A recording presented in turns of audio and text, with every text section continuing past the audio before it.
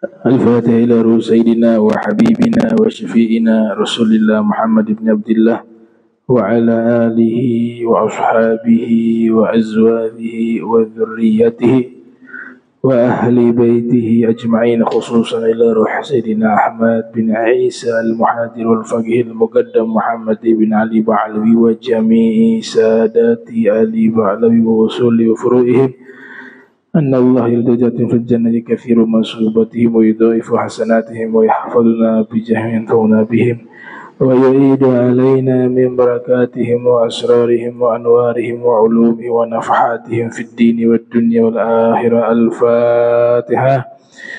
أعوذ بالله من الشيطان الرجيم. بسم الله الرحمن الرحيم. الحمد لله رب العالمين الرحمن الرحيم مالك يوم الدين إياك نعبد وإياك نستعين اهدنا الصراط المستقيم صراط الذين أنعمت عليهم غير المغضوب عليهم ولا الضالين آمين. السلام عليكم ورحمة الله وبركاته. الحمد لله القوي سلطانه الواضح برهانه المبسوط في الوجود كرمه وإحسانه تعالى مجده وعظم شأنه خلق الحكمة وطوى عليها علمه وبسط لهم من فائد المنة ما جرت به في أقداره الكسمة. أشهد أن لا إله إلا الله وحده لا شريك له وأشهد أن سيدنا محمدا عبده ورسوله لا نبي بعده. اللهم صل وسلم على نبينا محمد وعلى آله وأصحابه ومن تبعهم بإحسان إلى يوم القيامة. أما بعد، سبحانك لا علم لنا إلا ما علمتنا إنك أنت العليم الحكيم. ربي اشرح لي صدري ويسر لي أمري واحلل عقدة من لساني يفقهوا قولي وسدد لساني واهد قلبي بحق سيدنا محمد صلى الله عليه وآله وبارك وسلم. يا من هو في علوه كائن، يا من هو في فعل حميد، يا من هو في مجده متين. اللهم أكرمنا بنور الفهم وأخرجنا من ظلمات الوهم وارزقنا فهم النبيين وحفظ المرسلين وإلهام ملائكة المقربين. ربنا زدنا علما وفهما وعقلا يا أكرم الأكرمين بحق سيدنا محمد خاتم الأنبياء والمرسلين. يا رحمن يا رحيم. وصلى الله على سيدنا محمد وعلى آله وصحبه وبارك وسلم. الحمد لله رب العالمين. Al-Mukarram yang kami muliakan para imam Masjid Al-Muhajirin, wabil khusus Ami Alwi Albar, mata'anallahu bituli hayati wa umrih, wal Ustad Irsyad Ustad Abdurrahman wal Habib Alwi Albar wa jami'il hadirin wal hadirat yang insyaallah dirahmati Allah subhanahu wa ta'ala. Kita masih melanjutkan pembahasan yang lalu, yaitu tahapan seorang hamba untuk bisa dekat dengan Allah subhanahu wa ta'ala. Tahapan pertama disebut murid, tahapan kedua disebut salik, dan puncaknya al-arif billah. Nah, tahapan ketiga ini juga disebut dengan istilah yang tercatat di dalam kitab-kitab tasawuf, disebut dengan istilah sufi.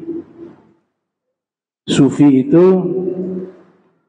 diambil dari kata suci bersih. Sofa yasfu sofaan. Makanya disebut orang yang hatinya bersih disebut dengan sofaul qulub. Sofaul qulub. Subjeknya disebut sofi. Pendapat lainnya menyatakan diambil dari kata suf. kulit domba. Karena biasanya di zaman itu orang-orang yang disebut sebagai kelompok sufi menggunakan pakaian dari bahan kulit domba, sehingga disebut dengan sufi, yang artinya mereka biasa menggunakan pakaian berbahan kulit domba. Kulit domba bahasa Arabnya sufun. Ada juga yang mengatakan dari bahasa Yunani, sophos, ya, kebijaksanaan. Jadi istilahnya sangat banyak. Istilah sufi itu sangat banyak. Tapi kecenderungannya kepada kata sofa, bersih, suci, steril. Ini satu akar kata juga dengan Al-Mustafa. Gelarnya Nabi Muhammad Al-Mustafa. Al-Mustafa dari kata sofa, yaitu manusia yang disucikan Allah, manusia yang disterilkan Allah, dan berkembang maknanya menjadi manusia pilihan, ya, karena manusia yang suci, manusia yang pilihan. Man sofa qalbuhu lillah. Sufi adalah orang yang hatinya bersih karena Allah. Jadi pencapaian tertinggi itu adalah sofaul qulub. Seorang hamba jika hatinya sudah suci dan bersih, itu sudah mencapai puncak. Dan paling cepatnya jalan wusul ilallah, paling cepatnya jalan dekat dengan Allah adalah hati yang suci, hati yang bersih. Sofaul qulub. Nah, sehingga dikatakan ketika hati ini bersih, diistilahkan dalam bahasa Al-Quran lewat lisannya Nabi Isa, insanun mubarak, manusia yang berkah. Jadi dimanapun dia berada, dia membawa keberkahan, baik yang konkret maupun yang abstrak. Wa ja'alani mubaraka aina ma kuntu. Allah jadikan saya di situ Nabi Isa. Allah jadikan saya manusia yang berkah. Dimanapun saya berada, di situ ada keberkahan. Nah, Nabi Isa itu adalah simbolik daripada orang yang hatinya suci. Di atas Nabi Isa, Nabi Muhammad, manusia yang paling bersih hatinya, paling suci hatinya, paling tinggi ma'rifatnya kepada Allah, paling takwa, paling takut. Jadi kalau Nabi semuanya paling, ya, superlatif kalau bahasa Inggris. Kalau bahasa Arab namanya tafdil, isim tafdil, paling. Kalau Allah sigot mubalaghah, maha suci, maha berilmu, maha besar. Jadi kalau sudah bersih hati seorang hamba, mereka disebut sebagai sufi. Disebut sebagai sufi. Jadi sufi itu orang yang melakukan perjalanan spiritual, riyadatan wa ibadatan. Dia dengan riyadhah, bukan hanya ibadah. Kalau ibadah saja tanpa riyadhah disebut sebagai abid, ahli ibadah. Riyadhah itu ada latihan. Gimana ketika kita ada orang yang tidak senang kepada kita, justru kita berikan hadiah kepadanya, itu riyadhah namanya. Dia tidak pernah baik sama kita, kita baik dengan dia. Bahkan kita berikan hadiah, kita silaturahmi, itu namanya riyadhah, latihan. Karena dia berat, tidak semua manusia mampu lakukan itu. Sekalipun mampu, dalam hatinya pasti ada yang dia simpan kekesalan, ya. Tapi itu kan butuh latihan, sampai pada akhirnya tidak ada kekesalan dilakukan itu. Itu yang Nabi katakan, ahdi ila man lam yuhdi lak. Berikanlah hadiah kepada orang yang tidak pernah berikan hadiah kepadamu. Itu wasiat Nabi kita Muhammad sallallahu alaihi wasallam. Itu dalam rangka riyadhah. Dalam rangka riyadhah. Riyadhah saja tidak cukup, ada ibadah. Bagaimana kewajiban-kewajiban yang Allah wajibkan, dia jaga dengan baik, dengan sempurna. Tidak sampai di situ, dia tambahkan dengan nawafil. La yazalu abdi yataqarrabu ilayya bin nawafil hatta uhibbah. Dia tambah dengan sunnah-sunnah, nawafil-nawafil, dengan al-khairat wal hasanat, kebaikan-kebaikan yang dia lakukan. Itu yang nanti mengantarkan hamba ini bisa dekat dengan Allah Subhanahu wa ta'ala. Di dalam kitab-kitab tarajum dan autobiografi para sufi, mayoritas mengatakan istilah sufi itu dinisbatkan pertama kali kepada salah satu tokoh bernama Abu Hashim As-Sufi. Ini kebanyakan ya istilah yang ulama sandarkan. Orang pertama yang diberikan gelar sufi itu namanya Abu Hashim As-Sufi. Kisaran tahun 150. Tidak dipastikan beliau wafat tahun berapa, tapi penelitian para ulama cenderung kepada tahun 150 Hijriah beliau wafat. Berarti di tahun yang sama dengan tahun lahirnya Imam Syafi'i. Imam Syafi'i lahir tahun 150. Di tahun yang sama juga wafatnya Abu Hanifah. Imam Abu Hanifah juga wafat pada tahun 150 Hijriah. Al-Imamul A'zam. Nah, Sufyan Ats-Tsauri, Al-Imam Sufyan Ats-Tsauri lahir 97 Hijriah, wafat 161 Hijriah. Beliau di dalam kitab-kitab tasawuf ketika membahas tentang masalah riya, di situ diriwayatkan Imam Sufyan Ats-Tsauri menyatakan, laula Abu Hashim As-Sufi ma'araftu daqiqar riya. Kalau bukan karena Abu Hashim As-Sufi, saya tidak mengetahui halusnya riya. Riya itu pamer amal. Jadi luar biasa seorang imam besar, dia menyatakan jasa daripada seorang sufi namanya Abu Hashim As-Sufi. Kalau bukan Abu Hashim As-Sufi, saya tidak tahu dalam hati saya ini ada riya. Halusnya riya. Nabi ibaratkan riya itu saking halus seperti langkah semut. Langkah semut gak ada suara, bahkan tidak bisa terlihat. Kita gak bisa lihat semut melangkahkan kakinya. Lihat saja tidak bisa, apalagi mendengar. Begitulah Nabi umpamakan riya. Makanya istilah lain Nabi katakan asyirkul asghar dan asyirkul khafi. Dia syirik kecil dan syirik yang tersembunyi. Li syirki akhfa min dabibin namal. Kesyirikan kecil ini lebih halus dari langkah semut.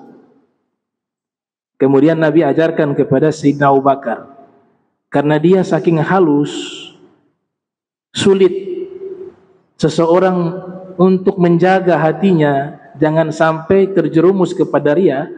Nabi berikan ijazah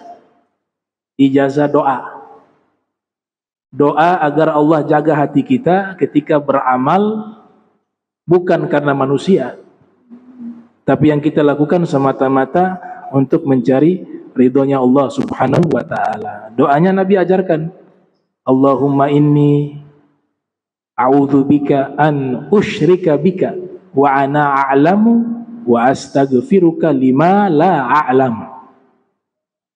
Ya Allah, aku berlindung padamu dari kesyirikan yang aku ketahui, dan aku meminta ampun kepadamu atas kesyirikan yang tidak aku ketahui. Yang dimaksud syirik di sini adalah riya. Karena Nabi katakan di dalam hadis yang lain, inna akhwafa ma akhafu alaikum asyirkul asghar. Yang paling saya takutkan kepada kalian wahai umatku adalah kesyirikan yang kecil, kata Rasul. Kalau syirik akbar itu menyembah berhala. Zaman sekarang dan zaman Nabi dan seterusnya, Sebenarnya sudah dijamin oleh Rasulullah, umatku tidak akan menyembah berhala. Makanya Nabi bilang kalau masalah ini tidak terlalu dikhawatirkan. Artinya setelah kita memeluk agama Islam, untuk masuk ke hukum penyembah berhala itu Nabi sudah berikan jaminan tidak akan terjadi. Sekalipun ada, ya karena mungkin pemahamannya yang menyimpang, atau ketidaktahuan, atau kebodohannya. Tapi kalau yang ini, riya, banyak yang tertimpa penyakit ini. Makanya Nabi katakan, yang ini paling saya takutkan. Syirik kecil dibanding syirik besar. Sahabat bertanya, qalu ma asyirkul asghar, apa itu syirik kecil? Qala Nabi ar-riya, syirik kecil itu adalah riya.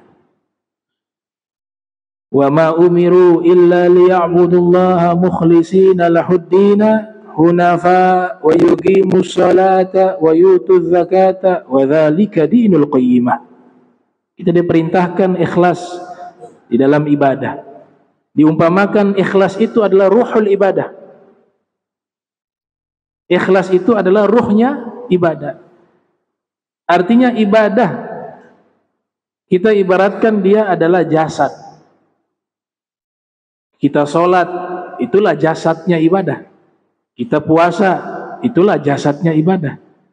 Tapi kalau jasad tanpa ruh, tidak ada yang namanya kehidupan dari jasad itu. Oleh sebab itu, keikhlasan disebut sebagai asas pokok daripada amal ibadah. Satu sufi sudah buat riset eksperimen, Zunun al-Misri namanya. Beliau simpulkan ikhlas itu punya indikator dan tanda. Ada 3 tanda keikhlasan. Jadi kalau 3 tanda ini terpenuhi, berarti amalan yang kita lakukan itu amalan yang ikhlas. Nah, ikhlas ini sebenarnya dia hanya masuk ke wilayah ibadah, wilayah amal soleh. Cuma mungkin sudah jadi tradisi, bahasa ini jadi lebih luas. Saya ikhlas kalau kamu meninggalkan saya misalnya. Nggak ada hubungan, apalagi pacaran lagi. Wah sudah, saya ikhlas berpisah denganmu. Ikhlas maksudnya di ibadah, bukan di perkara yang haram. Ikhlas maksudnya di ibadah dan amal soleh. Atau saya main bola nih ikhlas hari ini. Gak ada hubungan main bola dengan ikhlas. Walaupun main bola hukumnya mubah dengan syarat-syarat yang mereka penuhi. Nah, tanda pertama kata Zunun al-Misri, orang itu ikhlas istiwa'ul madah wa dzam 'indal 'ammah. Kalau dipuji amal ibadahnya ataupun dikritik, itu grafiknya statis, gak ada pengaruh, stabil dia. Dipuji juga ya biasa, dikritik juga biasa. Karena yang dicari adalah ridho Allah. Bukan berarti kita tidak diperintahkan untuk berbuat baik kepada manusia, gak diperintahkan. Tapi yang kita dilarang mencari ridhonya manusia. Kita diperintahkan berbuat baik kepada manusia, bukan mencari ridhonya manusia. Yang dicari itu ridhonya Allah dan Rasul. Makanya ketika dipuji, disanjung, dan dikritik, ibadahnya tetap stabil, gak ada pengaruh. Itu tanda pertama. Tanda kedua, nisyanu ru'yatil a'mal fil a'mal. Amal ibadah yang dia lakukan itu cepat dia lupakan. Kebaikan yang dia lakukan itu dia lupakan. Tidak diingat-ingat. Tidak diungkit-ungkit. Kalau diungkit-ungkit jadinya dosa. Batal. Ngungkit-ngungkit kebaikan, pahalanya batal kata Allah. Terhapus. La tubtilu sadaqatikum bil manni wal adza. Jangan kalian batalkan pahala sedekah kalian dengan mengungkit-ungkit dan menyakiti. Tanda yang ketiga, iqtida'u thawabil amal fil akhirah. Semua amal kebaikan yang dilakukan dia hanya ingin cari ganjaran pahala Allah di akhirat. Nah, ini 3 tanda ikhlas kata Zunnun al-Misri. Al-Imam Ali bin Abi Thalib, beliau menjelaskan kebalikan dari ikhlas. Kebalikan dari orang ikhlas. Orang ikhlas disebut mukhlis. Imam Ali menjelaskan murai, 3 tanda orang ria, lawan daripada ikhlas atau dari orang yang mukhlis. Innalil murai thalatha alamat. Sesungguhnya orang yang ria punya 3 tanda. Tanda pertama, yaksulu idza kana wahda wa yanshutu idza kana finnas. Ibadah kalau sendiri sepi gak ada orang malas. Tapi ketika secara berjamaah, secara beramai-ramai, semangat ibadahnya. Contoh yang paling sederhana untuk diri saya, kalau ceramah jamaah yang hadir banyak, saya semangat misalnya. Ternyata dalam satu waktu yang hadir 3 orang, 4 orang, saya ceramahnya jadi lemas. Assalamualaikum warahmatullahi wabarakatuh. Oh, ini berarti saya belum ikhlas, kata Sayyidina Ali bin Abi Thalib. Saya ria berarti. Karena semangatnya karena banyak orang. Tapi kalau sedikit orang, dia jadi malas, jadi tidak bersemangat. Begitu juga imam sholat. Waktu sholat jadi imam di masjid, banyak orang, dibaca surat Al-Baqarah. Ya. Pas di musola di kampungnya, hanya hadir 1 orang makmum, dengan dia jadi imam. Inna a'tainakal kautsar. Kenapa bedanya? Atau An-Nas atau Al-Ikhlas, ya? Harusnya kan sama. Karena dalam hatinya banyak orang. Saya mau tunjukkan bagaimana hafalan saya, bagaimana bacaan saya, bagaimana suara saya, bagaimana tajwid saya. Pas di musola, ya 1 orang. 1 orang buat apa saya pamer? Sudah, saya kosor saja. Al-Kautsar, surat paling pendek dalam Al-Quran. Kalau Al-Baqarah, surat paling panjang dalam Al-Quran. Itu kata Sayyidina Ali begitu, contohnya.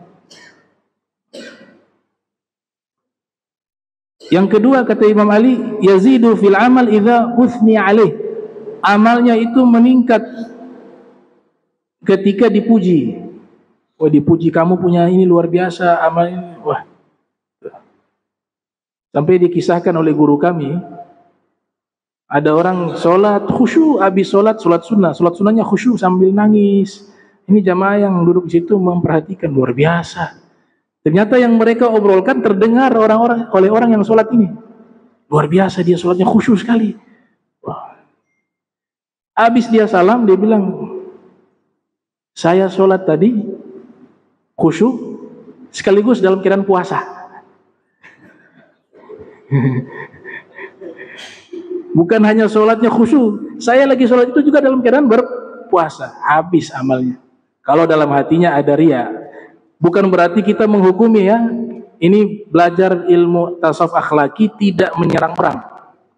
Ini juga kepada para dai, para ulama, gak boleh ngajar punya target. Oh, itu pas lihat ada orang bakhil, dia cari bab bakhil. Itu ada orang sombong. Kata Imam Haddad, yang keluar zulmah bukan nur, kegelapan bukan cahaya.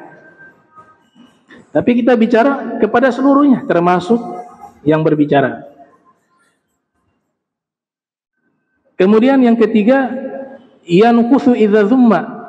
Amal ibadahnya menurun jika dikritik. Dikritik menurun. Inilah 3 tanda ria, kata Al-Imam Ali bin Abi Thalib, atau orang yang ria. Murai itu orang yang ria. Dan ria itu amal ibadah yang kita lakukan bukan hanya tidak dapat pahala, ya, tapi dapat dosa. Pahala tidak dapat, kemudian dapat dosa, rugi 2 kali. Udah rugi, pahala gak dapat, yang kedua dapat dosa. Dapat dosa. Inilah pentingnya ilmu tasawuf akhlaki agar kita mentarbiyah hati kita. Kalau standarnya Al-Imam Al-Qushairi lebih berat lagi. Standar ikhlas.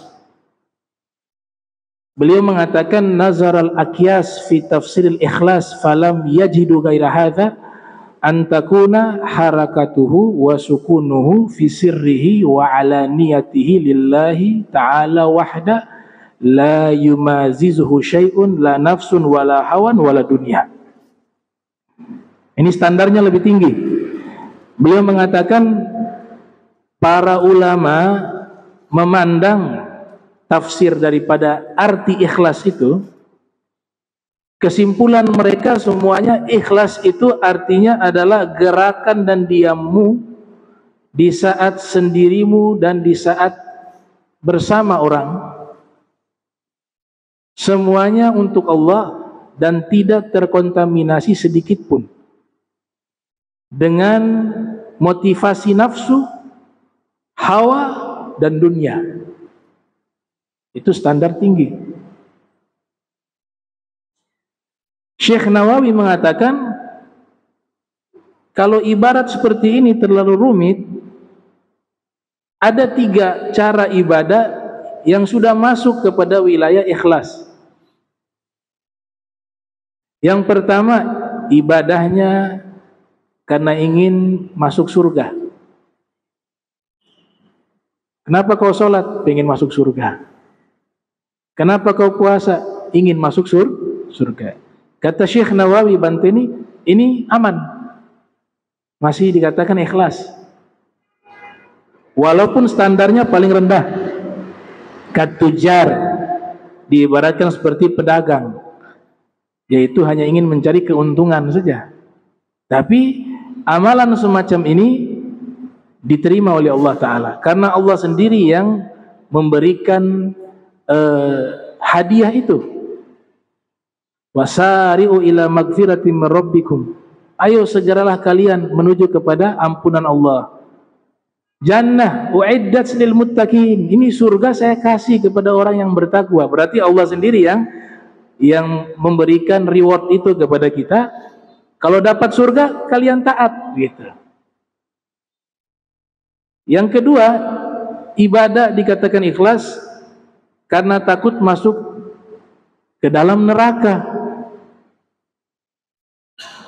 Kenapa kau ibadah? Saya takut masuk neraka. Itu juga masih dikatakan ikhlas. Yang ketiga, ibadah karena syukur, atau ibadah karena memang saya hamba wajib mengabdi dan menyembah Allah. Itu level yang tertinggi. Al-Imam Fudail bin Iyad, beliau menyatakan al-amalu li ajlin nas syirkun wa tarkul amal li ajlin nas riya wal ikhlas an yu'afiyakallahu minhuma. Beramal karena manusia kesyirikan, dan meninggalkan amal ibadah karena manusia riya. Ikhlas, kau selamat daripada 2 amalan tersebut. Beramal bukan karena manusia, dan meninggalkan amal juga bukan karena manusia, tapi semata-mata karena Allah Ta'ala. Nah, inilah level murid salik, puncaknya, asas ibadahnya mukhlis. Mereka orang-orang yang ikhlas. Kalau mau tahu bagaimana autobiografi para ulama, para aulia, para asfiya yang mereka sudah mencapai level tersebut, sudah melewati level murid, level salik dan arif billah atau sufi. Ada yang memisahkan sufi, di atasnya arif billah. Ada 800 biografi 800 biografi mulai dari zaman sahabat sampai zaman pengarang kitabnya, Abu Nuaim al-Asbahani, lahir 336 Hijriah, wafat 430 Hijriah. Judul kitabnya Hilyatul Aulia wa Tabaqatul Asfiya. Kitab ini membahas orang-orang yang sukses sebagai seorang murid dan sebagai seorang salik dan mencapai puncak keberhasilan dari riyadhahnya dan ibadahnya. 800 biografi, 800 orang, mulai dari zaman sahabat, tabi'in, tabi'ut tabi'in, sampai di zamannya Al-Imam Abu Nuaim al-Asbahani, tahun 336 lahir, wafat 430 Hijriah. Ini kitab, guru-guru kami mengatakan kalau kita ingin punya turunan atau anak cucu kita kelak ada yang menjadi seorang wali, salah satu keberkahan dan khasiat daripada kitab Hilyatul Aulia, dia akan memberikan keberkahan bagi orang yang memiliki kitab tersebut di rumahnya. Suatu saat nanti ada satu turunan yang menjadi wali dengan keberkahan daripada kitab biografi para wali dan para sufi. Kitab kedua yang terkenal membahas autobiografi para asfiya berjudul Tazkiratul Aulia, karya Fariduddin Attar. Ini ulama kelahiran tahun 607 atau hidup pada tahun 607 Hijriah. Jadi kitab Hilyatul Aulia ini paling awal. Dan kitab ini ketika ditulis oleh Abu Nuaim al-Asbahani yang memang terkenal sebagai muhaddits, ahli hadis dan seorang sufi, dan kelak juga diberikan gelar muarrikh, ahli sejarah. Ketika menulis kitab ini kurang lebih ada 9 jilid. Kalau cetakan yang sekarang nih rata-rata 9 jilid kitab itu. Waktu ditulis oleh beliau, kitabnya dibawa ke kota Naisabur, dibeli oleh orang-orang yang ada di Naisabur kurang lebih 4.000 dinar apa 400 dinar waktu itu. 400 dinar kalau tidak salah. Dinar itu koin emas. 1 dinar 3 juta lah. Ini 400 dinar. Kurang lebih 1 miliar lebih. 1 miliar 200 juta. Kitabnya dibeli waktu itu. Satu kitab. Karena zaman itu bukan percetakan. Mereka tulis dengan tangan mereka. Dihargai karena kitab itu sangat luar biasa, dihargai dengan harga 1 miliar 200 juta. Kalau dikonversi, konversi dari dinar ke rupiah, 400 dinar. Kalau kitab Tazkiratul Aulia, bahasa aslinya bahasa Persia, kemudian diterjemahkan ke dalam bahasa Arab. Ada yang rangkuman. Syekh Muhammad bin Alwi al-Maliki menulis kitab rangkuman tentang biografi para wali. Yang paling ringkas itu judulnya Al-Mukhtar min Kalamil Akhyar. 1 jilid saja. Sebelumnya tahun 544 lahir ulama namanya Majduddin Ibnu Athir. Lahir 544 Hijriah, wafat 606 Hijriah. Menulis kitab biografi para sufi berjudul Al-Mukhtar min Manaqibil Akhyar. Kemudian ulama abad 7 Hijriah, guru daripada Ibnu Hajar al-Asqalani, bernama Sirajuddin Ibnu Mulakhin, lahir 723 Hijriah, wafat 804 Hijriah, menulis kitab biografi para wali, para sufi berjudul Tabaqatul Aulia, hanya 1 jilid.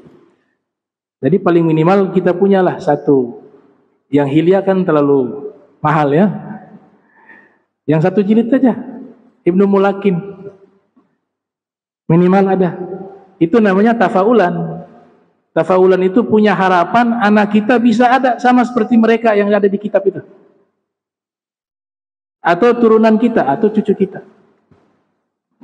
Nah, inilah beberapa kitab yang membahas tentang biografi para sufi.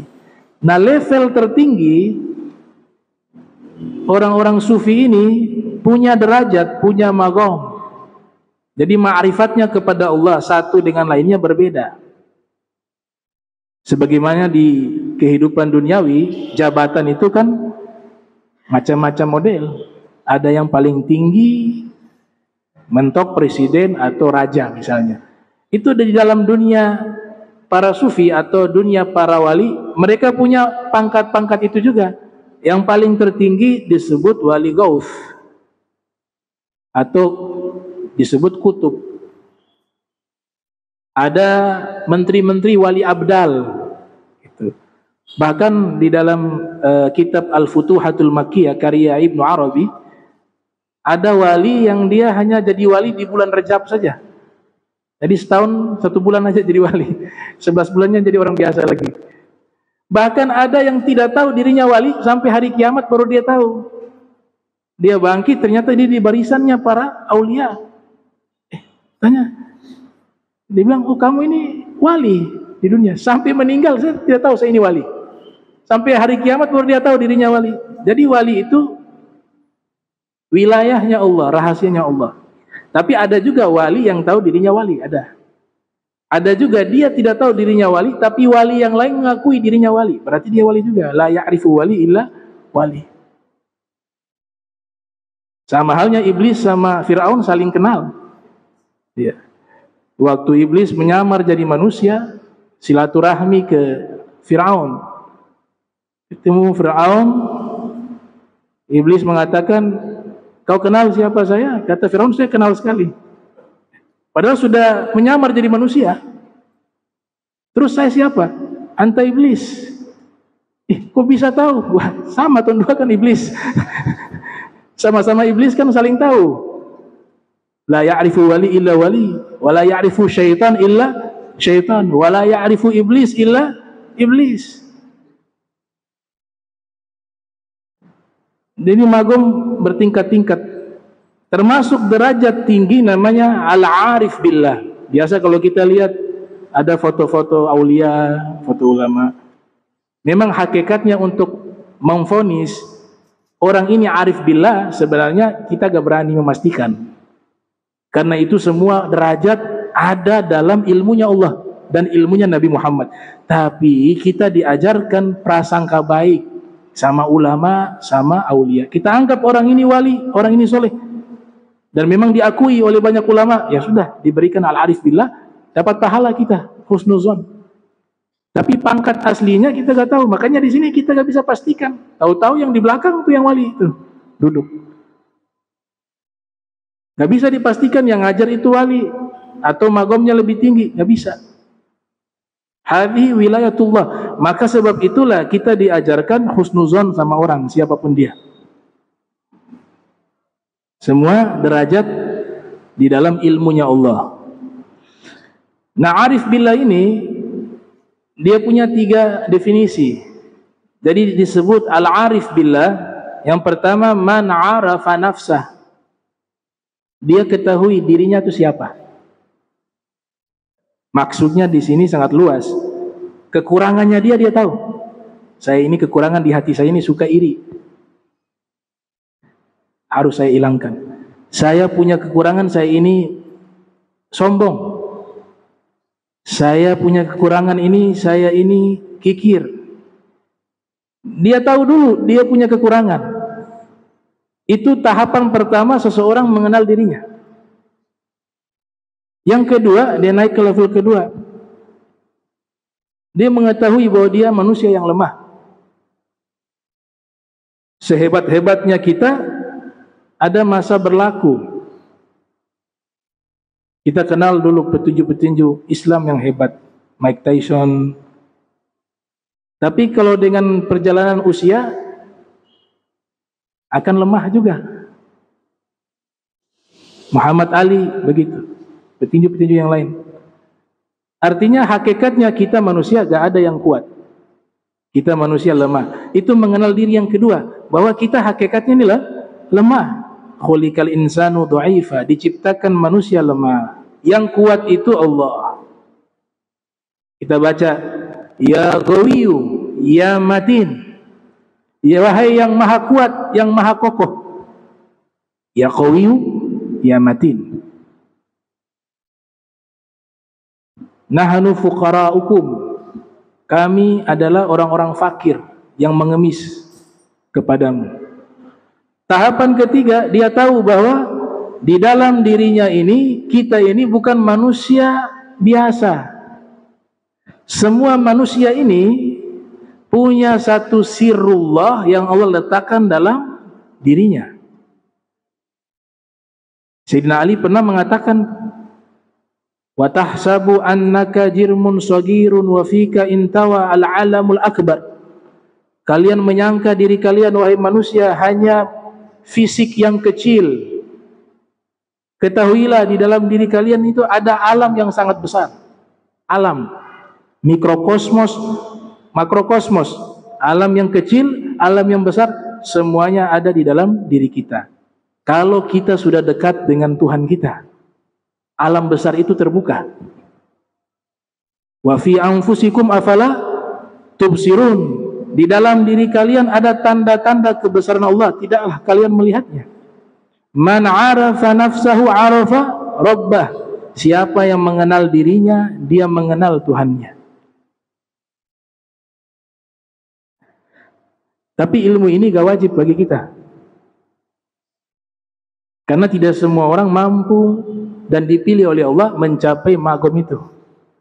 Yang wajib itu adalah bagaimana kalau kita meninggal, hati kita bersih, hidup kita, akhlak kita baik, kewajiban yang Allah wajibkan kita laksanakan dengan baik, kita menjadi orang yang muhsin, yang senang berbuat, mukhlis, orang yang ikhlas. Kifayah, cukup. Gak perlu ruh saya menyatu dengan ruh Allah, gak perlu. Ruh saya menyatu dengan ruh Allah, tidak perlu. Naik ke level berikut, ada yang kuat, ada yang tidak kuat. Ketika Allah sudah pilih dia menjadi orang yang mengenal Allah, ada yang kuat, dikasih wilayah, dikasih sir, asrar, dia bisa terima. Itulah yang nanti disebut sebagai Al-Ghawth, pemimpin para aulia. Dan yang paling terkuat mampu menampung wilayah Allah. Al-Ghawth itu mereka dapat wilayah Allah yang Allah kasih, tidak semua. Sedikit aja. Kasih sedikit. Yang dikasih banyak itu Nabi Muhammad. Makanya digambarkan kalau gunung yang besar ini Allah berikan wahyu, gunung akan hancur. Lau anzalna hadzal Qur'an ala jabal. Seandainya kami turunkan Al-Quran di atas gunung, kau akan melihat akan hancur gunung itu. Karena wilayah itu besar. Nabi Muhammad saja yang bisa tampung. Kalau kita nggak bisa. Aulia dapat percikan dari wilayah Nabi Muhammad sallallahu alaihi wasallam. Mereka kembali lagi ke Rasul semua. Kayak listrik. Ini lampu bercahaya ini. Tapi pusatnya dari mana dia bisa ada cahaya? Sana, PLN. Nah, wali-wali ini bercahaya. Tapi kabelnya harus nyambung ke PLN. Kabelnya itu tarekat. PLN-nya itu sumber listrik Nabi Muhammad. Gak bisa dipisah. Makanya Nabi bilang, at-taqwa hahuna. Yushiru ila sodrihi thalatha marrat. Nabi bilang takwa itu di sini. 3 kali Nabi tunjuk. Nabi tunjuk 3 kali. Yang pertama maknanya, ini guru kami yang jelaskan. Yang pertama maknanya, tunjukkan yang pertama, takwa itu tempatnya di hati. Tunjukkan yang kedua, takwa itu harus terhubung denganku. Gak bisa mandiri. Tunjukkan yang ketiga, takwa itu hanya saya. Hakikat takwa itu hanya saya. Yang lain gak bisa mencapai hakikat takwa, gak bisa. Takwanya apa? fattaqullah mastata'tum, bertakwalah kepada Allah semampu kalian. Itu kita tuh.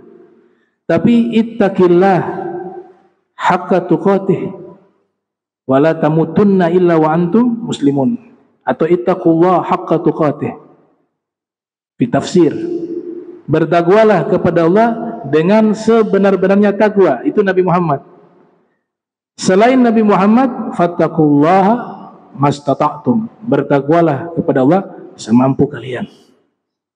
Makanya 3 kali beliau tunjuk, yushiru ila fadrihi 3 marrat.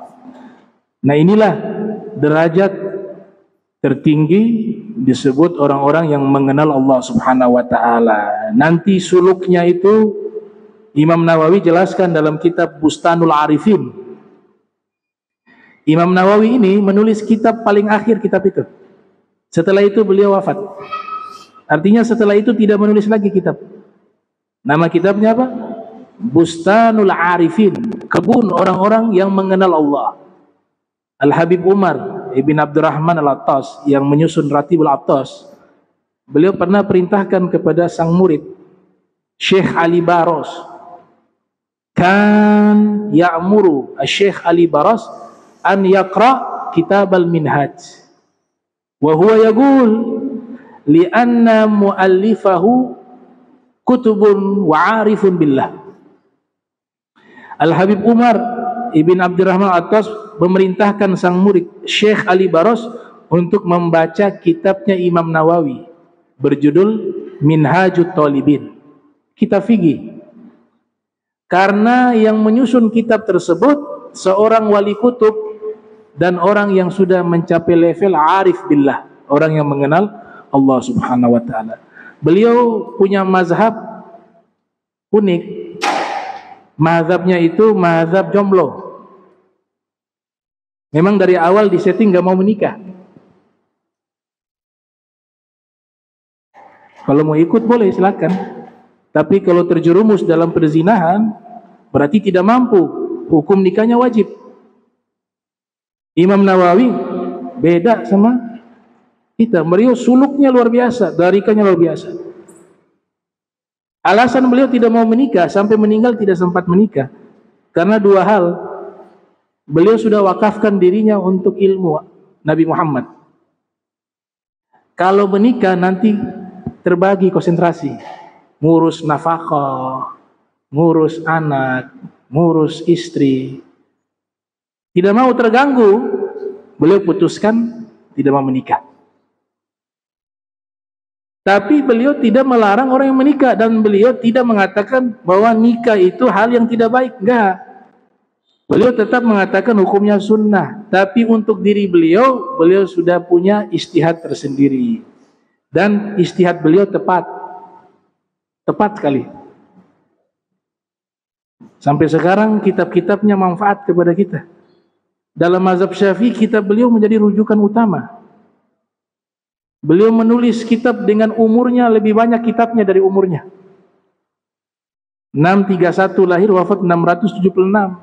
Kitabnya itu dihitung oleh ulama lebih banyak dibanding usianya yang hanya 40 lebih. Coba waktu itu beliau kawin, belum tentu itu.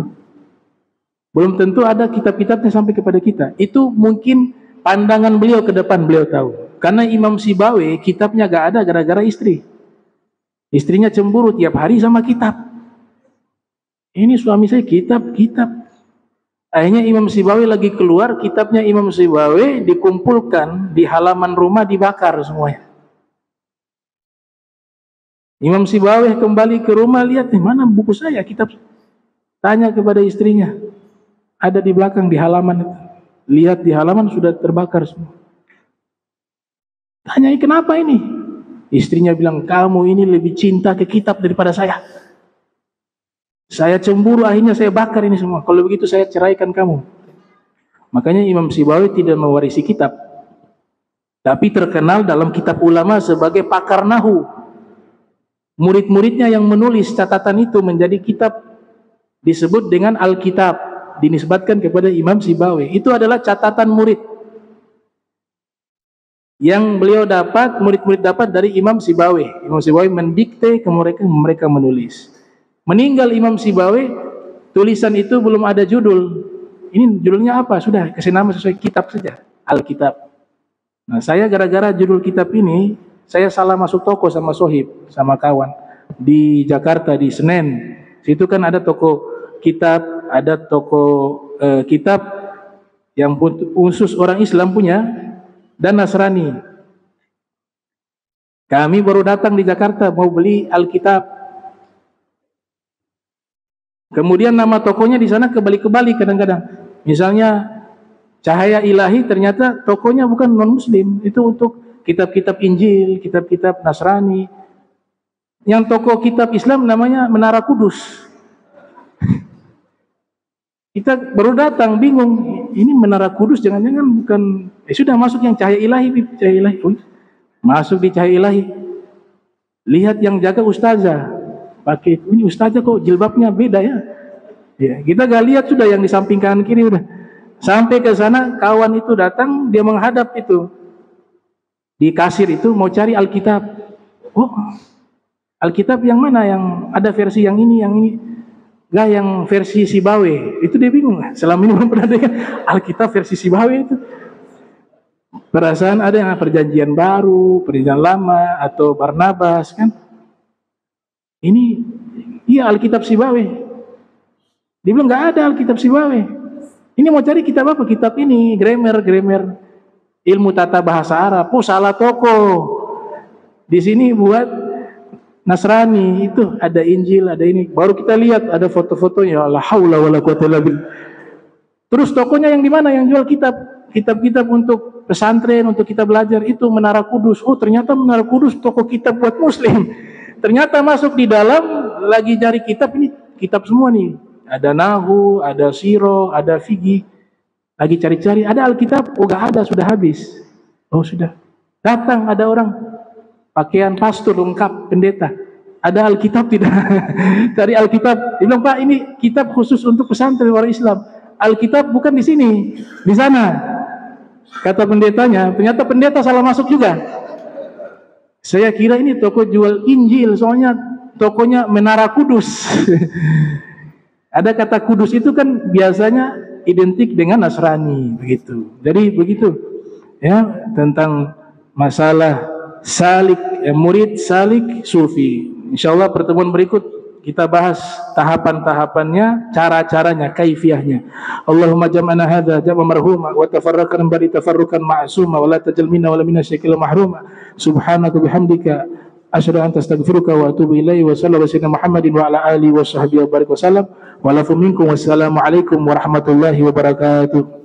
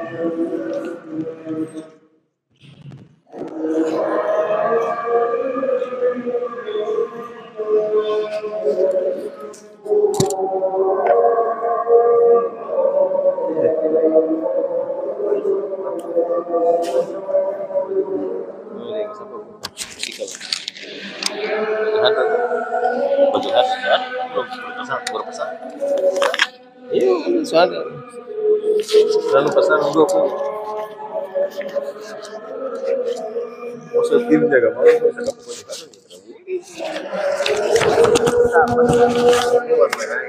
warna beda Maman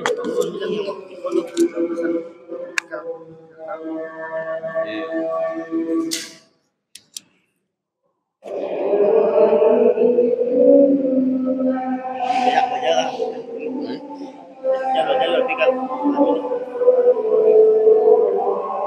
dia.